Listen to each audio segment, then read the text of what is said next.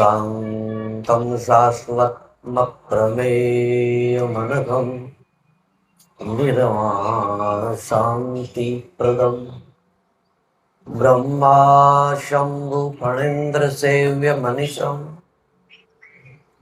વેદાંત વેદ્યમ વિભુમ રામાખ્યમ જગદીશ્વરમ શુદ્ધગુરુ માયા મનુષ્યમ હરિ વંદ્યમ કરુણાકરમ રઘુવરમ ભૂપાલ ચૂડામણી ગુરુર્બ્રહ્મા ગુરુર્વિષ્ણુ ગુરુર્દેવો મહેશ્વર ગુરુર સાક્ષાત પરબ્રહ્મ તસ્મૈ શ્રી ગુરુવે નમઃ.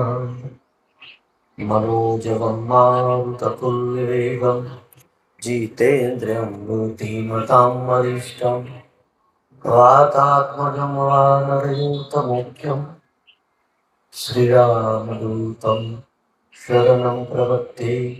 श्रीरामदूतं शरणं प्रपद्ये. बलरामचन्द्र भगवान् कृष्ण कन्हैया सहजानंद स्वामी महाराज सद्गुरु भगवान.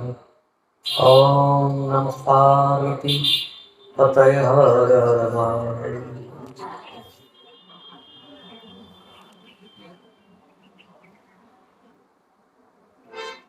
આજે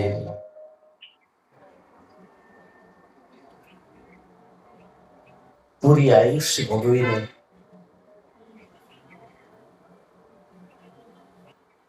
આપણી વચ્ચેથી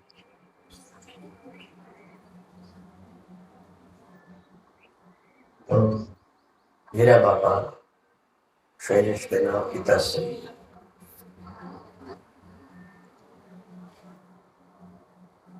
જેમના આત્મ શાંતિ અર્થે આપણે બધા ભેગા થયા છીએ.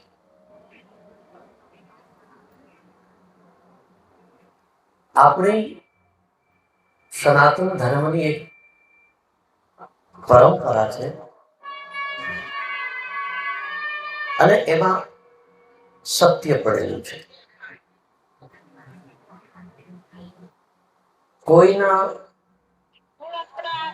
ઘરેથી, કુટુંબમાંથી, સમાજમાંથી કોઈ આત્મા જ્યારે વિદાય લે છે ને ત્યારે કુટુંબના, બજારના, સોસાયટીના સગાવાલાઓ બધા 12 દિવસ સુધી એક જગ્યાએ બેસી અને ભજન કીર્તન કરતા હોય છે. તો આ પ્રસંગને સમય જતા લોકોએ એક વ્યવહારિક પ્રસંગ બનાવી વાળ્યો છે.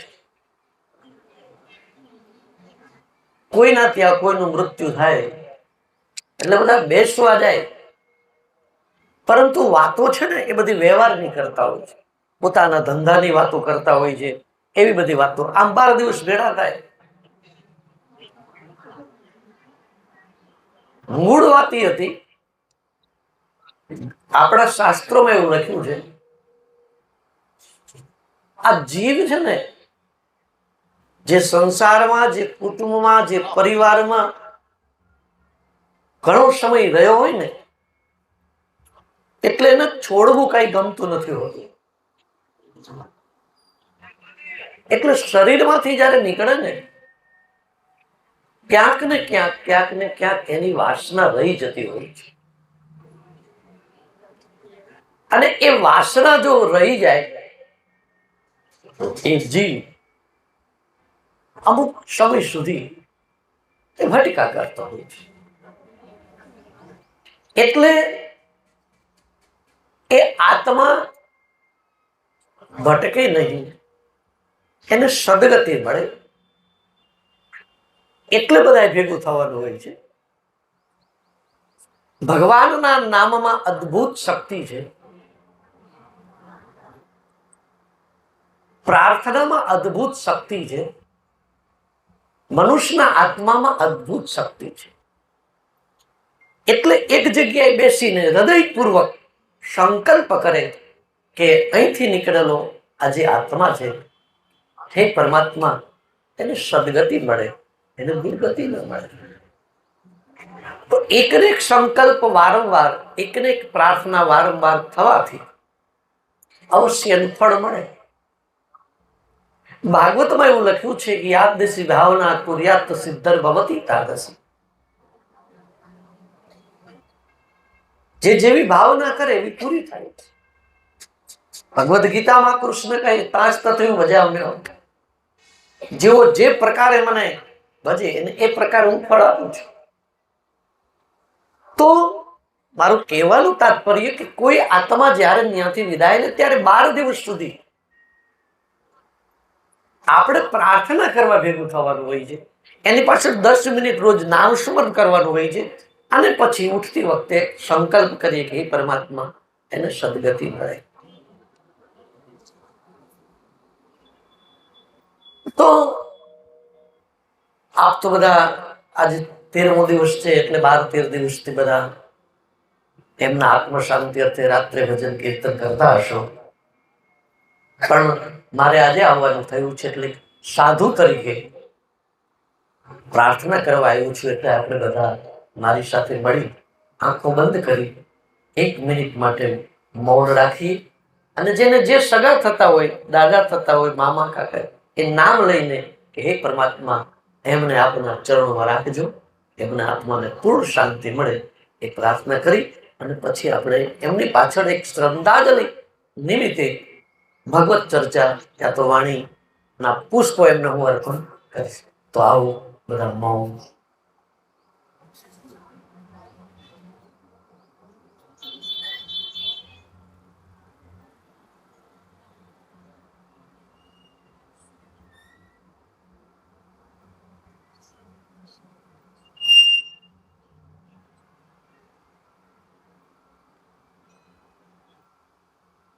બોલો રામચંદ્ર ભગવાન.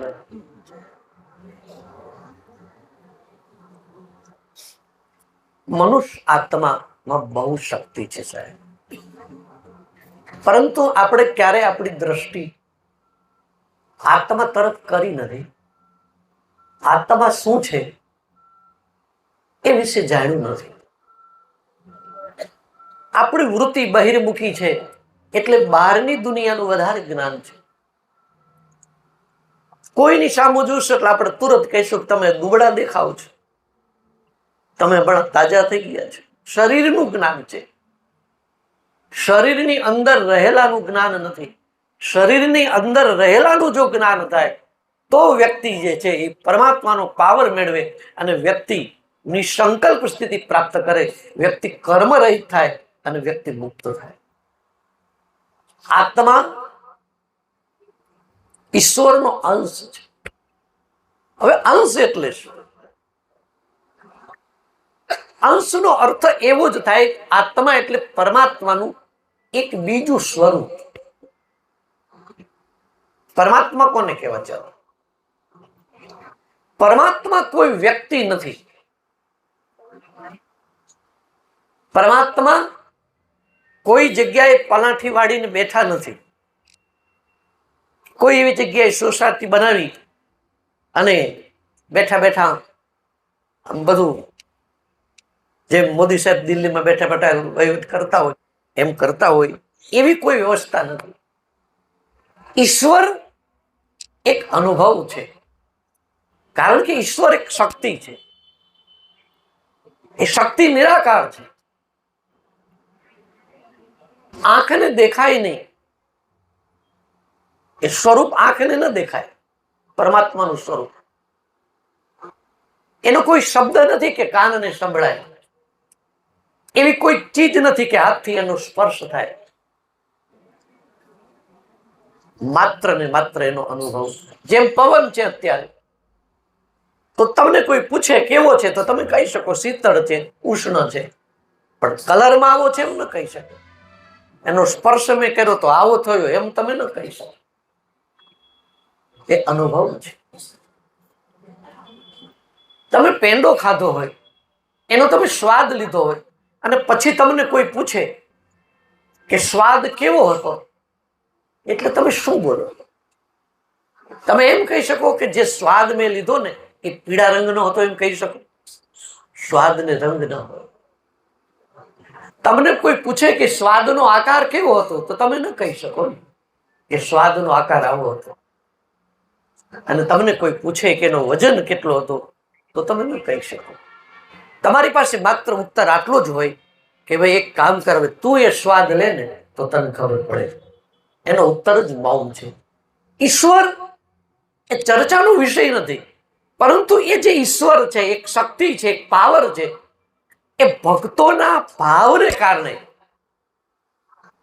એક જે સ્વરૂપ છે પરમાત્માનું, હતું નહીં, આપણે આપ્યું છે. પરમાત્મા કેવા રંગના છે એવા નથી, આપણે ધારવી એવા નથી, પણ આપણે કલ્પના કરી છે. પરમાત્મા પીળા રંગના જ કપડા પહેરતા હતા, એ આપણે પહેરાવ્યા છે. બાકી અત્યારે પરમાત્મા જન્મે તો હવે પીળી પીતાંબરી ન પહેરે, હવે જીન્સનું પેન્ટ પહેરીને ભણવા જાય કોલેજમાં. પરમાત્મા જે છે એનું રૂપ, એને નામ ભક્તોએ આપ્યું છે.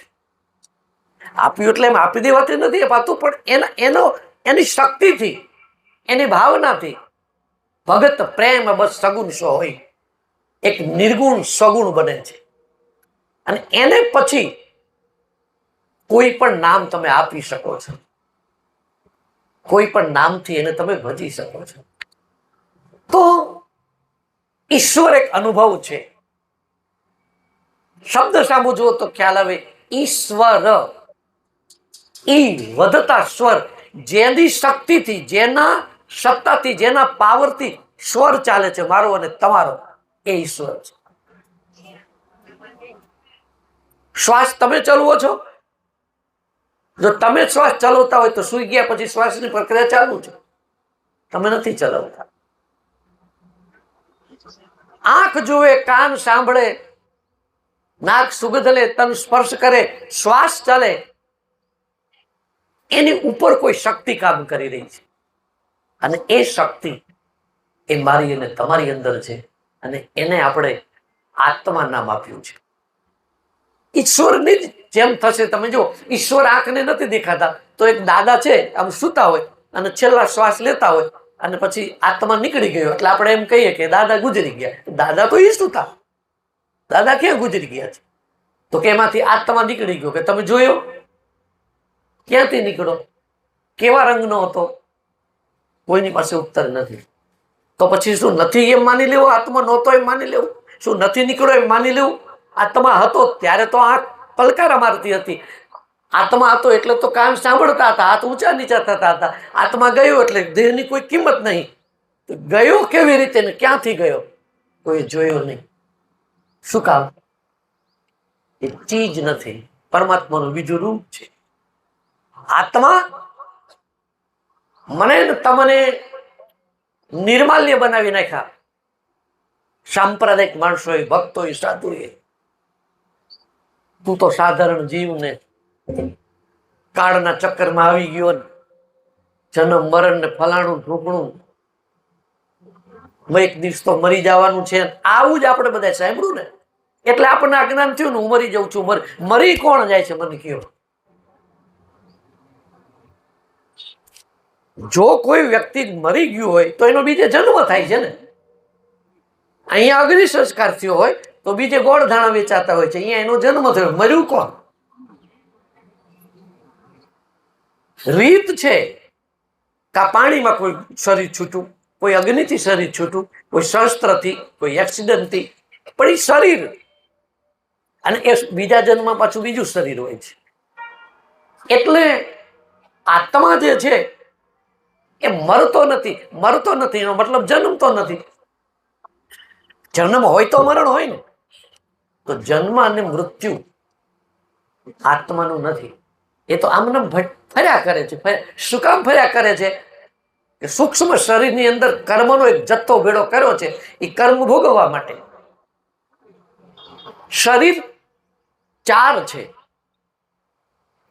એક સ્થૂળ શરીર, એક સૂક્ષ્મ શરીર, એક કારણ શરીર અને એક મહાકારણ શરીર. આપણને બધાને આ શરીરનું જ્ઞાન છે. હાડ માંસ અને રુધિરના બનેલા પંચભૂતનું બનેલું આ શરીર, બસ આનું જ્ઞાન છે. આ નાનું હોય પછી વધે મરી જાય, આ જ્ઞાન છે. આ તો એક યંત્ર છે સાહેબ. આ શરીર છે ને એક યંત્ર છે. મશીન બગડે એમ આ શરીરની અંદર 72,666 નાડીઓ છે, 6 ચક્રો છે, 5 તત્વો છે. હવે આમાં કાંઈક ને કાંઈક તો યંત્ર બગડે અંદર મશીનરી, એટલે પછી નીકળવાની જગ્યા ગોતે છે. આત્મા નામ આપ્યું છે માત્ર શક્તિ. નીકળવાની શક્તિ ગોતે છે, આત્મશક્તિ છે. તો નીચે જન્મ લે છે. શું કામ લીધો, કેવી રીતે લીધો? તો સૂક્ષ્મ શરીર જે છે, સૂક્ષ્મ શરીર 5 ભૂતનું બનેલું નથી. સૂક્ષ્મ શરીર એટલે સંવેદનાઓ, સંભાવનાઓ, કર્મોનો એક જથ્થો. આત્માની અંદર તમે કર કરો છો, એક શક્તિની અંદર એક કર્મનો જથ્થો, એનું નામ સૂક્ષ્મ શરીર. અને એ કર્મનો જે જથ્થો ભેળો કર્યો છે એ પૂરો કરવા માટે આ પાવરફુલ આત્મા, જેને તમે જીવ કહો છો, એ બીજી વખત આવે છે. કોઈ પુત્ર બનીને, કોઈ પત્ની બનીને, કોઈ જે કંઈ બનીને આવે છે, એની ઈચ્છા પ્રમાણે, વાસના પ્રમાણે એને આપણે કાકા, દાદા, મામા કહી છીએ. અને એ પાછું કર્મ પૂરું થઈ જાય તો પાછું બીજું કર્મ સૂક્ષ્મ શરીરમાં પડેલું જ છે. એટલે સૂક્ષ્મ શરીરની અંદર એટલો બધો જથ્થો પડેલો છે કર્મનો કે એ ખૂટે એમ જ નથી. એટલે આ ભવાટીમાં ભૂલો પડ્યા કરશે, ભૂલો પડ્યા જ કરશે. તો વાસના રહિત થવું એનું નામ મુક્તિ છે. આપણા ત્યાં આપણે હમણાં ચર્ચા કરી કે જન્મ કોઈનો થતો નથી, મૃત્યુ કોઈનું થતું જ નથી. એ તો સ્વાભાવિક છે, એ તો આપણે જાણી લીધું. ગીતા પણ કહે વાસાંસી જીર્ણાની યથા વિહાય નવાની ગણાતી નરો પ્રાણી તથા શરીરાણી વિહાય જીર્ણાન્ય નયાની શયાતી નવાની દેહ. કપડા જૂના થાય તો તમે ફેંકી દો છો, નવા સરસ મજાના ધારણ કરો છો. અને નવા ધારણ કરવાની પણ એક માણસની રુચિ હોય છે ને. તો એવી રીતે ખોડિયા છે, જૂના થઈ જાય એટલે આત્મા ફેંકીને નવા ધારણ કરે છે. તો કપડા ચેન્જ કરવા એમ ખોડિયા ચેન્જ કરવા, એને દુનિયાએ મૃત્યુ કીધું છે. તો ખોડિયા ચેન્જ થાય છે. કપડા બદલા, ખોડિયું બદલું. કપડાનું મૃત્યુ કહો, કપડા જૂના તમે ફેંકી દો, એનું મૃત્યુ કેવું હોય તો કહી શકો. એવી રીતે આ ખોડિયા છે. ખોડિયું તમે બદલી નાખ્યું, આત્મા પાછો આવ્યો એટલે મરતો નથી, એ નક્કી થયું. પ્રશ્ન એ થાય તો આ બધા મોક્ષની વાતો કરે છે એનું શું? કોઈ એમ કે આત્મા ભગવાનના ધામમાં ગયો છે, એનું શું? ધામ કોને કેવું? મોક્ષ કોને કેવું? મુક્તિ કોને કેવી? હવે મુક્તિ એટલે જેમાં બંધાયેલો છે એમાંથી છુટકારો મેળવી લેવો, મુક્તિ. બંધન હોય તો મુક્તિ ને, બંધન હોય તો મુક્તિ. બંધન તો છે નહીં, કારણ કે તો ફર્યા તો કરે જ છે. ખોડિયા બદલે છે. બંધન કોને છે? આપણે એ જાણ્યું કે જન્મ અને મરણ પણ નથી. તો શાસ્ત્ર એમ કે છે કે મર્યા પછી મુક્તિ મળે. તો શાસ્ત્રો ખોટા, સંતો ખોટા. તો એ પાછું સમજવા જેવું છે કે કંઈક તો મરે છે આમાં, અને આમાં કંઈક તો જન્મે છે. એ જે જન્મે એ મરે તો આત્મા મુક્ત છે. આત્મા જન્મતો નથી, આત્મા મરતો નથી. જન્મે છે કોણ? તો કે અંદર રહેલી એક વાસના, શક્તિમાંથી નીકળતી એક વાસના. એ રૂપ લે છે, ભાવ કરે છે, કર્મો કરે છે. એનો જન્મ થાય છે, કર્મનો, વાસના. સત્સંગ સાંભળીને, ભગવાનનું ભજન ભક્તિ કરીને આપણે જૂના ભોગવી લેવાના અને નવા નહીં કરવાના, એનું નામ જ્ઞાન. એટલે નવી વાસના ઊભી ન થઈ, વાસનાનું મૃત્યુ થઈ ગયું કહેવાય. તો વાસનાનું મૃત્યુ થાય એટલે મોક્ષ. તો કે કોનો? કે આત્માનો. આત્માને મળતો નથી. આત્મા મોક્ષ સ્વરૂપ હતો જ. આત્મા પણ મેન તમે કલ્પના માની લીધી હતી. આ મારો આત્મા બંધાયેલો છે, મને આને બાંધ્યો છે. કોને બાંધ્યો છે મને કહેજો તો. ઘણાને ભક્તિ કરી, શું કે ભક્તિ ક્યાં કરવી? આ સંસારમાં કેટલું બંધન. કોને આપણને પત્નીએ બાંધ્યા છે? આત્માને કોને પતિએ બાંધ્યો છે? ભાઈએ બાંધ્યો છે? પૈસાએ બાંધ્યા છે? ગાડી બંગલે? કોઈએ બાંધ્યો જ નથી, માની લીધું છે. બાકી ભક્તિ કરવી તો મેદાનમાં છે, જ્ઞાન મેળવવું હોય તો છુટકારો છે. માની લીધેલી વાતો છે આ બધી. એટલે કહેવાનું તાત્પર્ય કે વાસના રહિત થવા માટે ભગવાને મને અને તમને આ મનુષ્ય શરીર આપ્યું છે. 83,99,999 ખોડિયામાં વ્યક્તિ કર્મો કરશે, ઇન્દ્રિયોના સ્વાદ લેશે, એ ભક્તિ નહીં કરી શકે. આંખથી એને ખબર ન પડે કે આ સંત છે. કૂતરાને ખબર પડે કે આ સંત છે? તમે 4-5 ભેંસો રાખો, સત્સંગ ચાલુ કરો તો એને ખબર પડે? કાન હોય પણ સાંભળે નહીં, સમજે નહીં. એટલે 84 લાખ યોનિમાંથી મુક્તિ મેળવવાની વાત કરો કે જ્ઞાન મેળવવાની વાત કરો, ભક્તિ એ મનુષ્ય અવતારમાં જ થાય.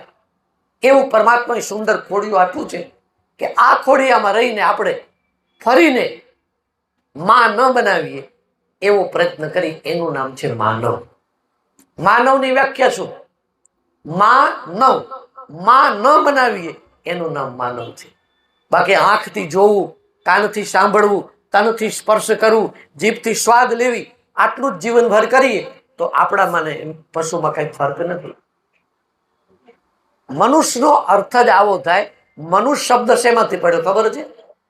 મનને જીતે મનુષ્ય. આંખથી કંઈ પણ જોવામાં આવે, કાનથી કંઈ પણ સાંભળવામાં આવે, જીભથી કંઈ પણ સ્વાદ લેવામાં આવે, અંદરથી તરંગ ઊભા ન થાય. કોઈ માન આપે, કોઈ અપમાન કરે, સ્થિતિ ગમે તેવી બને, ઘટના ગમે એવી બને, અંદરનો આત્મા છે એમ નામ સ્થિર રહે તો મન જીતાયું કહેવાય. મન જીતું તો વાસના ઊભી નથી થવાની, તો કર્મ નથી થવાના, તો અવતાર નથી થવાના. તો કર્મ રહિત થાય એનું નામ મુક્તિ છે. અને આપણે જે ધામની વાત કરીએ છીએ ને, એવી કોઈ સોસાયટી નથી, પણ એક આશ્વાસન હતું. કોઈ મરી જાય ને બધા પહેલા જમાનામાં બહુ એની દુઃખની અસર થતી, તો કે ભાઈ ભગવાન છે ને એમના ઘરે લઈ ગયા છે, રમાડવા લઈ ગયા છે આ જીવને, પછી 1 વર્ષ પછી મોકલી દેશે. આવી એક આશ્વાસન. ધામનો અર્થ થાય છે પરમાત્મા તેજોમય છે એકદમ. અને અર્જુનને ભગવાનને પ્રશ્ન કર્યો કે પ્રભુ આ જીવ તમને પામે કેવી રીતે? તમારા સ્વરૂપને કે છે ને પામી જાય કેવી રીતે? તો ભગવાને શું કર્યું? વાણીથી ન સમજાય. કારણ કે વાણી ગમે એટલી વાપરીએ, અનુભવની વાત છે, વાણીમાં ન આવે. તો ભગવાન કૃષ્ણ શું કરું?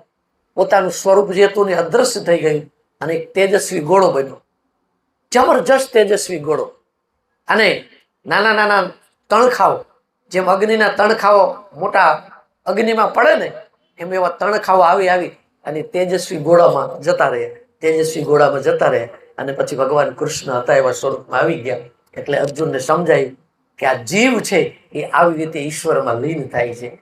પરમાત્માનું આ સ્વરૂપ છે, પરમાત્માનો અંશ છે. અને ભજન કરતા કરતા ઈશ્વરમાં એકાગ્રતા રાખતા અંતકાળે ઈશ્વરમાં ભળી જાય છે. એટલે ભગવાને કહ્યું છે મારો ભક્ત ગમે ત્યાં શરીર છોડે, ગમે ત્યારે શરીર છોડે અને ગમે તે રીતે છોડે, પણ જે ભક્ત છે એ મને જ પામે છે. અને તો પહેલા પામેલો હોય છે, શરીર છૂટતી વખતે નહીં. ભક્ત તો પહેલા ભગવાનને પામેલો હોય છે. તો એવા હીરા બાપાની આપણે વાત કરી. પોતે લગભગ 90-95 વર્ષની પોતે આયુષ પૂરી કરી અને સ્વામિનારાયણ ભગવાનના આશ્રિત પોતે હતા. અને ખરેખર તો દરેક બાબતમાંથી, કોઈ પણ જગ્યાએથી, કોઈ પણ પ્રસંગમાંથી વ્યક્તિએ ગુણ લેવાના હોય છે. પધારો. આપણે બધા હમણાં સત્સંગ સાંભળીને જતા રહીશું, બરાબર? બપોર જમણવાર થશે, પ્રસાદ લઈને જતા રહીશું. પણ આ હીરા બાપાના પ્રસંગમાંથી લેશું શું? આ પૃથ્વી ઉપર મનુષ્ય છે ને એમાં બે વસ્તુની અવર જવર થાય છે, એક દુર્ગુણ અને સદગુણ. સદગુણ એટલે દૈવિક વિચારો, દુર્ગુણ એટલે આસુરી વિચારો. હવે સતયુગના માણસોમાં આસુરી વિચારો નહોતા, બધામાં સદગુણો વધારે હતા. દુર્ગુણી આસુરી વિચાર વાળા બહુ ઓછા હતા. પછી ત્રેતા લો, દ્વાપર લો, ઓછા હતા. કલયુગમાં વધી ગયું. હવે કલયુગમાં સદગુણી માણસો ઓછા, તમને દુર્ગુણી માણસો વધારે મળે, આસુરી માણસો વધારે મળે. તમે ભાગવત લ્યો ને તો ભાગવતનો આરંભ અહીંથી થયો છે. શૌનક મુનિ એવું પૂછ્યું, હે સુતજી મહારાજ, આ બધા જીવાત્માઓ છે, આ બધા આત્માઓ છે, એ આસુરી સંપત્તિ વાળા થઈ ગયા છે, એને દેવી ગુણો વાળા બનાવવા હોય તો શું કરવું જોઈએ? પછી એમાંથી આખી ભાગવતની રચના થઈ.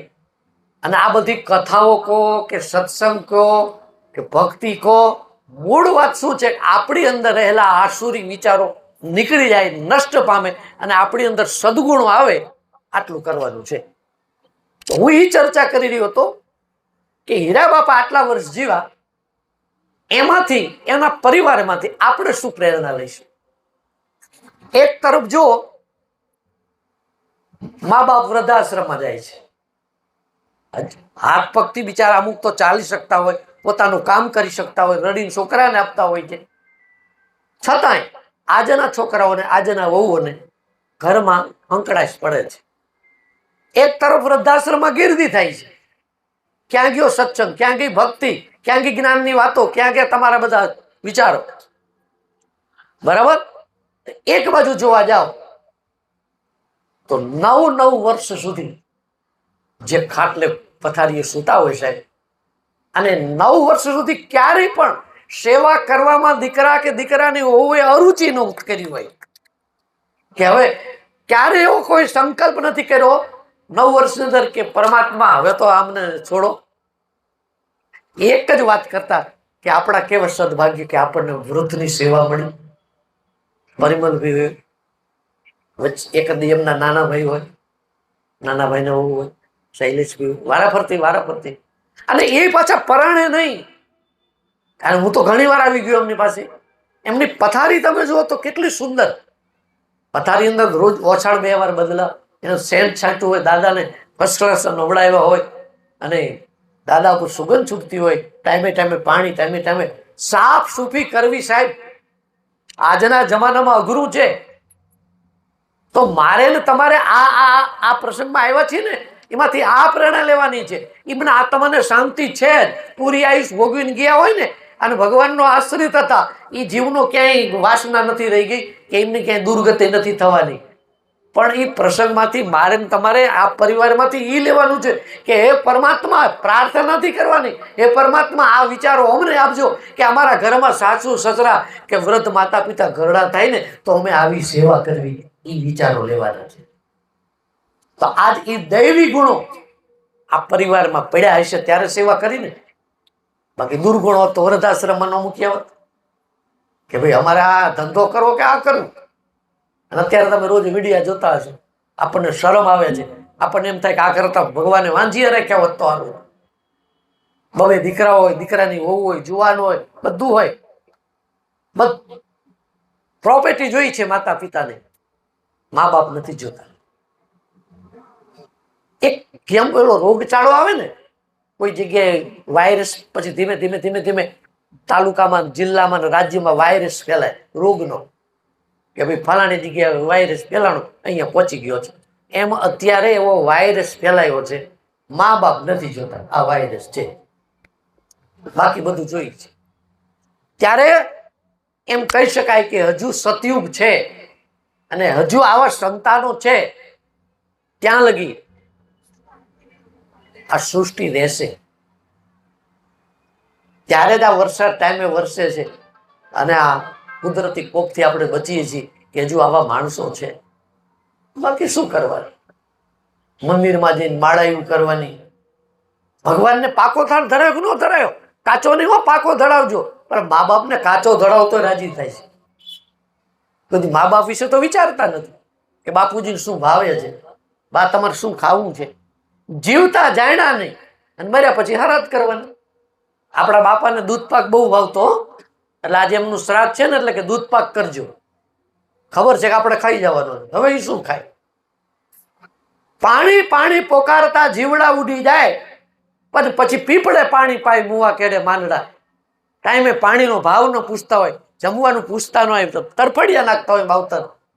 અને ત્યારે આપણે પાણીનો ભાવ ન પૂછીએ, અને પછી 3 વર્ષ થાય એટલે બાજુરામાં હરાદમાં બેડવી અને પીપળે વારા પરથી બધા પાણી રેડવા જાય. આ દાદાનું હરાદ હતું, અમારા બાપાને પાણી પાવા ગયા હતા. પીપળો પીવે, હવે બાપુ શું પીવે? માગી માવતરને કદી અરે છાંટોય ન દેતી છાસ, પછી નાખે નકામી વાસ મુવા કેડે માનડા. આ જે કાગવાસ કરીએ છીએ ને, એની પાછળ એક મોટું વિજ્ઞાન છે સાહેબ. એમ બાકી એને કાંઈ લેવા દેવા નથી. તો જીવતા આખી જિંદગી માવતરને હેરાન કરીને કાગડાને ધરવો, ખીરી પૂરે, એ મા બાપને મળી જાય બધું. જીવતા માતા પિતાની સેવા કરી લો, જીવતા વૃદ્ધોની સેવા કરી લો, અને મરી જાય પછી એમના ફોટા પૂજવાના, પછી તારીખે ધૂન કરવાની, ભજન કરવાના. આ ભગવાનમાં એવું છે. જીવતા હતા ત્યારે આપણે ભગવાનની નિંદાઓ કરી, ભગવાન ઉપર આક્ષેપો નાખ્યા, મર્યા પછી એના મંદિર બાંધ્યા, ખોટાના આરતી ઉતારી. મીરાબાઈને હક ન લેવા દીધું, નરસિંહ મહેતાને હક ન લેવા દીધું. હવે મર્યા પછી કે છે એના ફોટા પૂજવાના.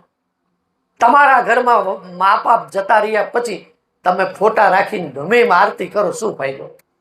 એને ચોખા ઘીના લાડવા ધરાવો, શીરા ધરાવો, શું ફાયદો?